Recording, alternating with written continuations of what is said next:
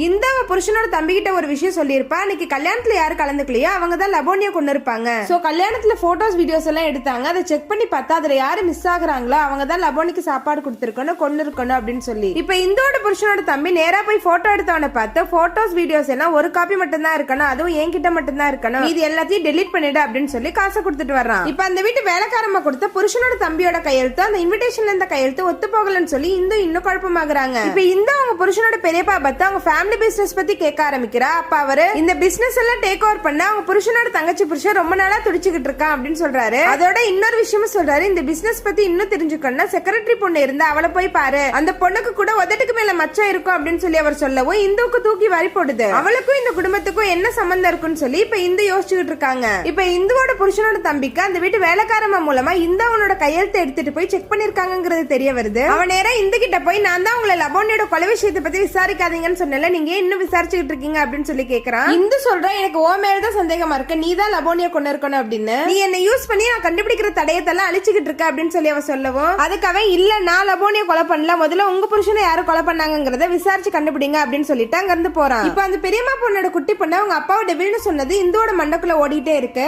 இந்த அந்த வீட்டு வேலைக்காரம்மா கிட்ட அந்த பெரியம்மா பொண்ணோட புருஷனை பத்தி அவங்க சொந்தக்காரங்க எங்க இருக்காங்க அப்படின்றத பத்தி விசாரிக்க அவங்களும் அவரோட அட்ரஸ் கொடுத்துடுறாங்க. இந்துவோட மாமியார் உடம்பு சரியில்லாம படுத்துட்டு இருக்காங்க. அவங்க எப்படியாவது இந்துவை இந்த வீட்டை விட்டு அனுப்பணும்னு சொல்லி நினைச்சிட்டு இருக்காங்க. இதை இந்து கிட்ட சொல்றதுக்காக புருஷனோட தம்பி இந்துவை வீடெல்லாம் தேடிட்டு இருக்கா. அவ வீட்டுல இல்ல. அந்த பெரியம்மா பொண்ணோட குட்டி பொண்ணு மூலமா இந்து அந்த டெவில பாக்க போயிருக்காங்கறத தெரிஞ்சுக்கிறான். அதாவது அந்த பெரியம்மா பொண்ணோட புருஷனை பாக்குறதுக்காக இந்து போயிருக்கா.